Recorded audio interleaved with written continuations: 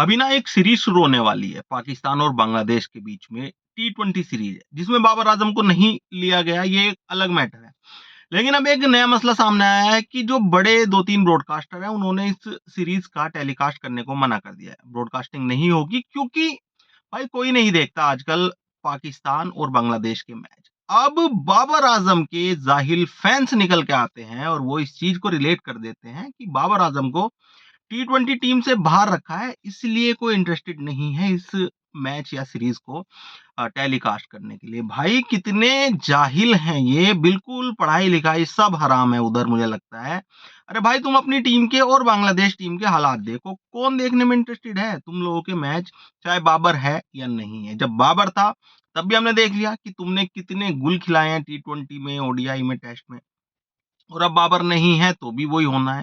तो इसको भी बाबर आजम के ना होने से रिलेट कर लिया और फैंस डिमांड कर रहे हैं कि पीसीबी को किसी भी सूरत में बाबर आजम को वापस लाना चाहिए।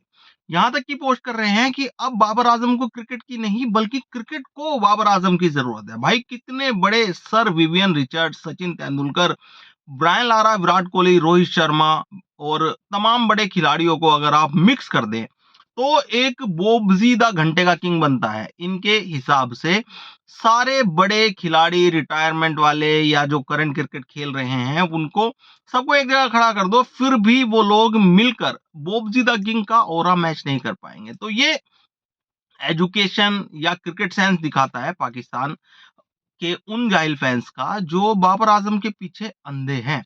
उन्हें ये समझ नहीं आ रहा है कि टी20 का प्लेयर बिल्कुल नहीं है। इस बात को वो बस इस चीज पे ले गए हैं कि बाबर आजम को बाहर कर दिया गया। अरे तुम्हारी टीम की बेहतरी के लिए ही बाहर किया गया है। उस घंटे के किंग को नहीं खेला जा सकता, उससे भैया नहीं खेला जाता, उससे टी20 क्रिकेट उसके हिसाब का खेल नहीं है। अब बीबीएल में वो चुना गया तब से ये और कूदे फिर रहे हैं कि सिडनी सिक्सर को समझ आ गया कि बाबर आजम टी20 का खिलाड़ी है, लेकिन हमारे पीसीबी को समझ में नहीं आ रहा। तो भाई बीबीएल में जो चुना गया है ना बाबर आजम, सिडनी सिक्सर्स को भी 6 मैच होने दो उस टूर्नामेंट के, समझ आ जाएगा कि उन्होंने कितनी बड़ी गलती कर ली है।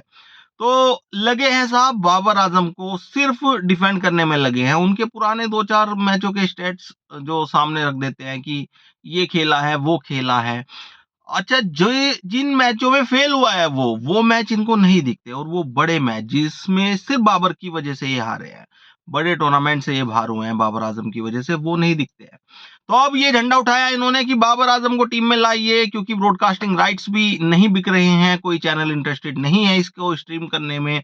और बाबर आजम आ जाएंगे तो समझ लीजिए कि अल जजीरा पे ही ये टेलीकास्ट हो जाएगा मैच, ऐसा लगता है इनको।